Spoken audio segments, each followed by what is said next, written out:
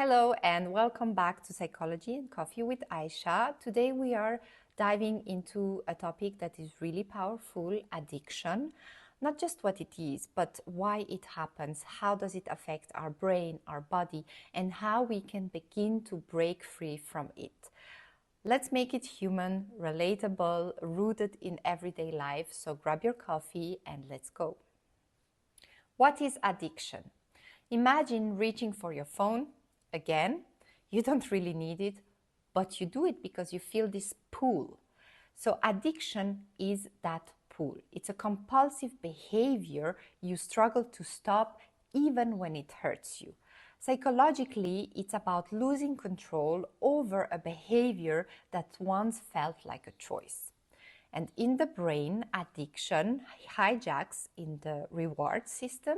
So every time you smoke, scroll, drink, gamble, dopamine are feel-good chemical spikes. So your brain learns that felt good, do it again, do it again. But over time, natural rewards like food, relationship, and even sunshine don't hit the same anymore. So the body shows two: cravings, withdrawal, restlessness, and in action it looks like avoidance, lying, stealing, hiding. Why do we get addicted? Let's go back to childhood. A child grows up in a chaos and neglected environment. They might learn that numbing themselves is safer than feeling. Addiction often starts as a way to cope with pain, loneliness, or shame. There is also conditioning. You smoke after coffee, the brain will link those two. Or you drink after work, the brain will expect you to do the same every day. Soon, the environment becomes a trigger. Now, here is the famous rat park study. In one version, rats were alone in a small cage with access to drugged water. They overdosed. But in the rat park, which is a big cage with social stimulation, a lot of space, etc., the same rats ignored the drugs. The takeaway here: isolation breeds addiction, connection protects from it. Also, not everyone is equal for addiction, and not everyone gets addicted. Some people can have one glass of wine and stop there, and others cannot. Why? Because of genetics, trauma, personality traits like impulsivity, and yes, even gender can play a role. Research shows that men are more likely to engage in substance use, but women get addicted faster.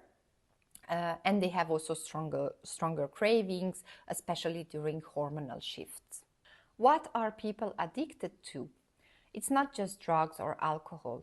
There is nicotine. That's one of the most addictive substances on earth. It tricks the brain into thinking it needs it to feel calm, even though it causes even more stress in the first place. Then we have behavioral addictions like social media, gaming, shopping, porn, even love and relationships. Ever chased someone not because they are right for you, but because the ups and downs that gave you the high? That's the dopamine loop again in the brain. Can we break free? Yes, but it's not just about willpower. First, awareness. Notice the habit, then name the trigger. Second, replace the reward. If you usually scroll at night, can you perhaps journal instead or call a friend? Calling someone is really nice, and talking on the phone. Therapy, especially CBT or trauma-informed approaches, they help rewire those patterns. And social support, that's huge. Remember the rat park? We need our own version of it. Create a safe and meaningful connections environment. And healing takes time, but it happens. The brain is plastic. It means it can be changed over a lifetime. So next time you feel that pull, pause, Stop right there and ask yourself, what is it that I actually need right now? Is it connection? Is it calm? Is it comfort? Is it a hug? Addiction isn't a flaw, it's a response. And with the right tools, it can be unlearned. Voila! Thank you so much for watching. I hope this was helpful. Don't forget your coffee and have a good day.